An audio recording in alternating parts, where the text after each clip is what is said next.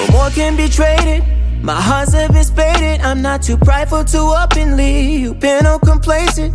The tides have been changing. Love is just patience and for you. What's up, Bookish Space? Welcome back to the channel. Now, I was going to share with you guys my 2024 new most anticipated new releases, but I feel like before we do that, let's take it back to the releases of 2023 that I've read, and so I can talk to you guys about those. Although I have videos, I'm pretty sure that I have videos on just about all these books, but I just wanted to give them their moments before we say goodbye to them and start discussing the ones that I'm most anticipating to read in 2024. So we're gonna stop rambling. Before we stop rambling, let me go ahead and say these are not all the books that was released in 2023. These are the ones that I was most anticipated to read and that I've read. Now, I do own a few other books that was released in 2023 that I have not read yet, like The Brothers Hawthorne. I'm scared to read that book because a lot of people did not like that book, and I'm scared to read it. I'm not even gonna lie. I'm scared to read it. Lauren Asher's new book came out close to the end of the year. I have not read that one yet.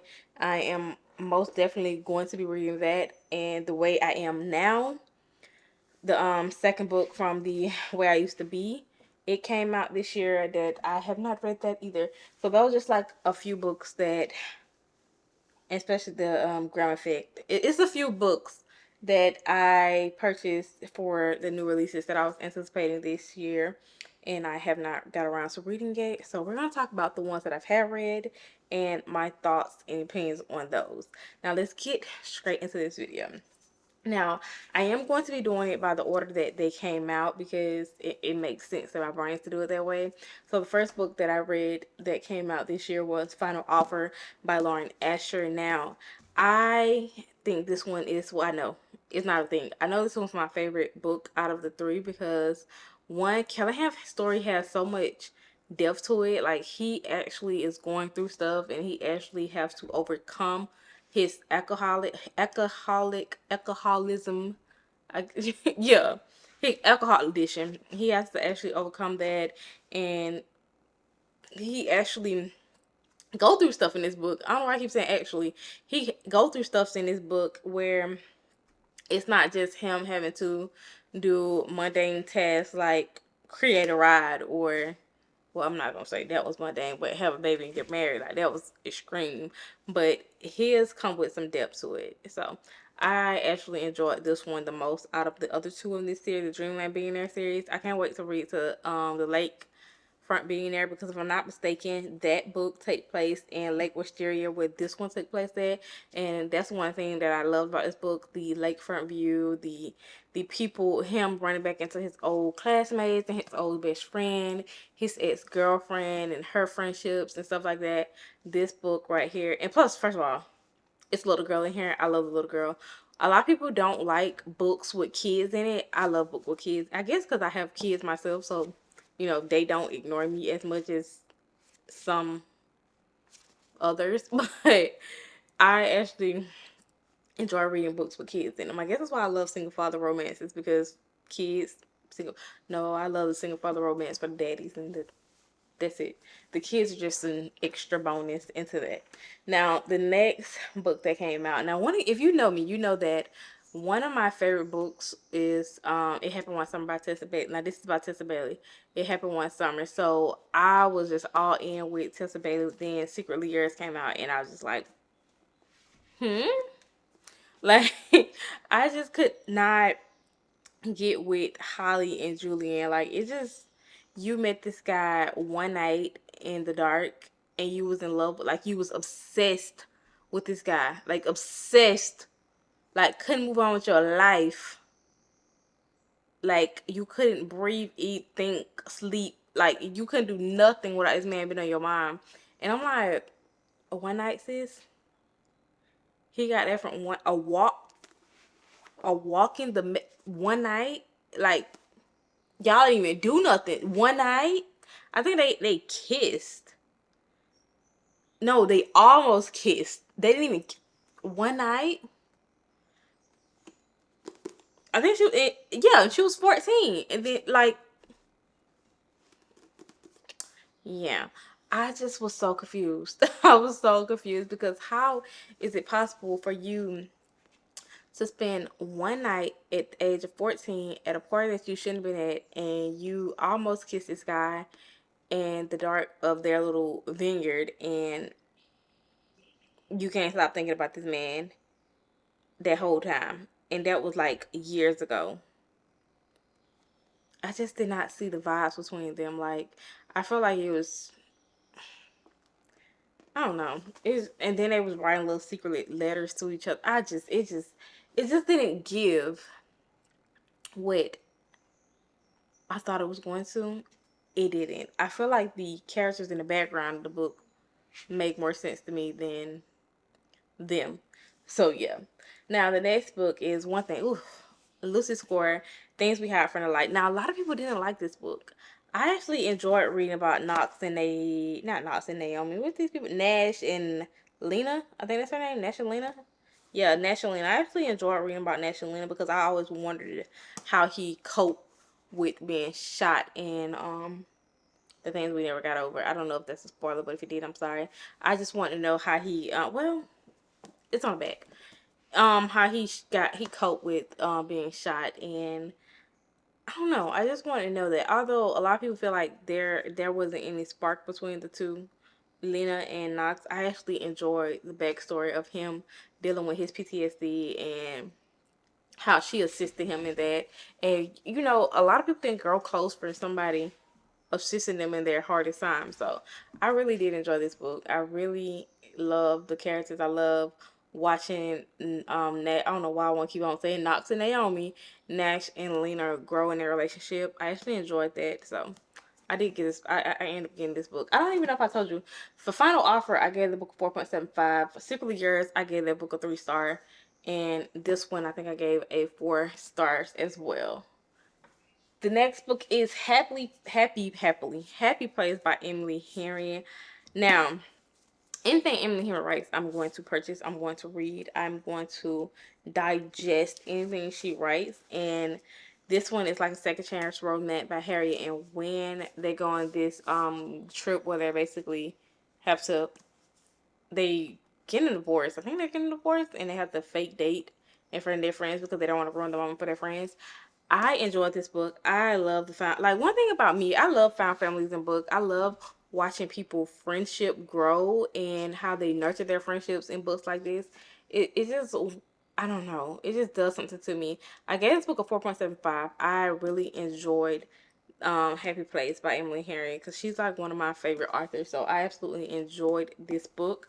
It was very well, I don't know. Now listen, this one, I read her first debut novel, Every Summer After. Now, a lot of people say that book reminds them of Love, in other words, and kind of The Summer I Turned Pretty. I think that's what they said. It kind of reminds them of that book. I have not read The Summer I Turned Pretty at all. I haven't read it. I haven't watched the show. I just haven't done any of those things. Maybe next summer around that time, I will actually pick up that book, them 3 books, and read them for you guys. But I have not read them yet, so I can't tell you if it gives me. It happened once. So I'm saying the pretty girl, the summer I turned pretty, but it did remind me so much of the what is it? Love in Other Words. I really didn't even like that book, but it reminds me so much of Love in Other Words.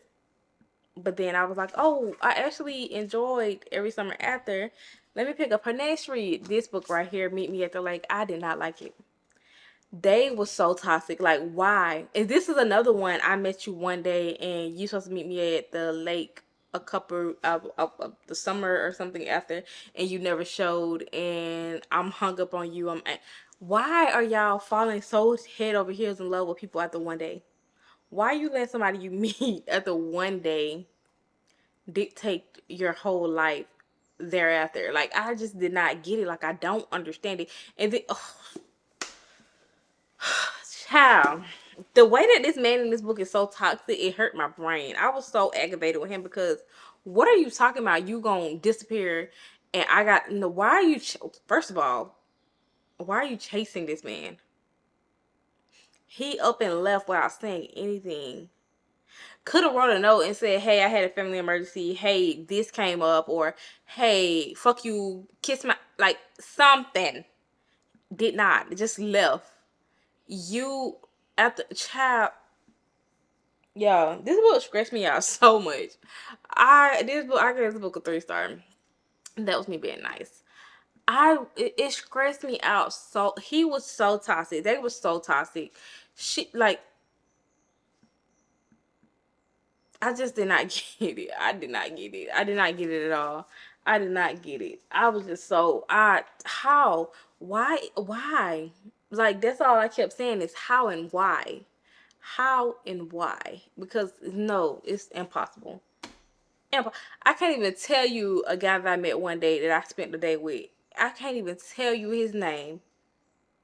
Girl, and y'all be hung up, like straight hung up. Oh, child,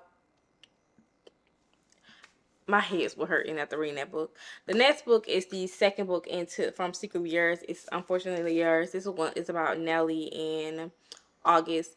August was like an ex-Marine, and he made his something happened to his best friend. His best friend died and come back, and he was like, I'm going to bring your dream to life and start a wine vineyard. Here, he's hard-blooded. Now, like I said, Nelly family owns a wine vineyard, and she offered to help. But Nelly, in the Secretly Yours, Nelly ended up divorcing. Well, her fiance ended up calling off of their wedding because she ended up getting fired for something stupid at her old job. So he was like, "Well, if you're not in a prestige company like me, we can't be like very sassy." But anywho, they end up leaving. She ended up returning home, and she ended up, I think she wanted to get her trust fund. She needed her trust fund to finance a new business venture with her friend. But in order to get there, her dad had set this rule like she got to be married, or yeah, I think she has to be married before she can do this. And she's not married because her fiance left her. So August needed a loan, and the guy that run over the loan, that giving out loan, is also over Natalie Trust. So they decided to marry just for convenience. I enjoyed this book a lot more than I enjoyed that one, although I gave it a 3.75. I did love Nellie and August's story. So I enjoyed the crap out of this book. This book was very entertaining. I love August. He's just a chef kiss. So yeah, that's that on that. The next book that came out right after, not right after, but like a couple of months, I think so, is Love Theoretically by Ellie Hazelwood. 4.75. I love Jax. One thing about Jax, baby, I love a man that pays attention, and Jax is that guy. This is like fake dating his brother, and they kept running into each other, kind of sort of enemies to lovers. I don't even know how to explain this book, but it's just so good. I absolutely love this book so much. Like I said, 4.75. I'm bursting on the 7 stars because every time I think about this book, I just like Jax. Like my mind just automatically goes Jax. Like 7 stars for this book. Like yeah, 7. I absolutely love the crap out of this book. So if you haven't read Love Theoretically by Ellie Hazelwood, please do. This is an amazing book. This like top tier, top tier. Now I just knew I was not going to love her writing after reading Love on the Brain because I did not like that book. That book was too sciencey for my brain to comprehend. I think it was supposed to be like enemies to lovers, or I don't know. I don't know what that book was about. So yeah. Now the next book. I feel like this book, the next 2 books kind of disappointed me so much because they was like one of my most anticipated read of 2023, and they disappointed my spirits. This one is Things We Left Behind. I wanted so much more from Lucienne and Salone in this book. I feel like you got more of the backstories of her trying to save someone and his backstory on his life and why he's angry at her. Now, I'm not going to say I don't understand why he was angry because she kind of told a secret that he didn't want her to tell, but it was to save your life. Like you're still here because of me, so you should be thankful that I told. Like you're still here. Like although you had to, like it just didn't justify being upset with somebody for 10 years, but secretly still being in love with them. It just didn't. That the reason behind why he was angry at her was not giving me be mad at me for 10 plus years I mean, a good one, maybe 1.5 would have did just fine. But I saved your life, sir. You should be thanking me. Like, yeah, you would, like, I don't know. And that's the crazy thing. I can't even say that she was right or she was wrong because she saved his fucking life. I'm confused. And you get so much of the back. Like, I wanted the backstory of what happened between them. I wanted that. But the other little thing that was going on, I didn't need that. I didn't care about that. I didn't. Toop was never given. I wanted so much more of them being together. Like, I wanted them to explain to me why I want them to explain to me why they going through what they going through, why he was mad at her, and then I wanted them to be together, like be together. I wanted that, but I got explaining why they doing it. I got her doing her little side activities, and then them being together. Like, at the point I was just like, girl, no. The same thing with this next book. The first 2 books in this trilogy had so much going on, so much like action, and then you get the one that I was most anticipating, A Curse for True Love by Stephanie Garber. And what are they doing? She's locked in the castle half the time. She, like, it's not giving. Like, I was just so upset with this book. Like, this book disappointed the crap out of me. And at least the little thing could have been cute. Like, why is the book, if you're gonna disappoint me, at least make the hardcover pretty. Like, add something to it. Like, I don't know. I was just so disappointed in this book. Now, this is one of y'all, the whole year I was waiting for this to come out, and it came out and it gave me 3-star energy.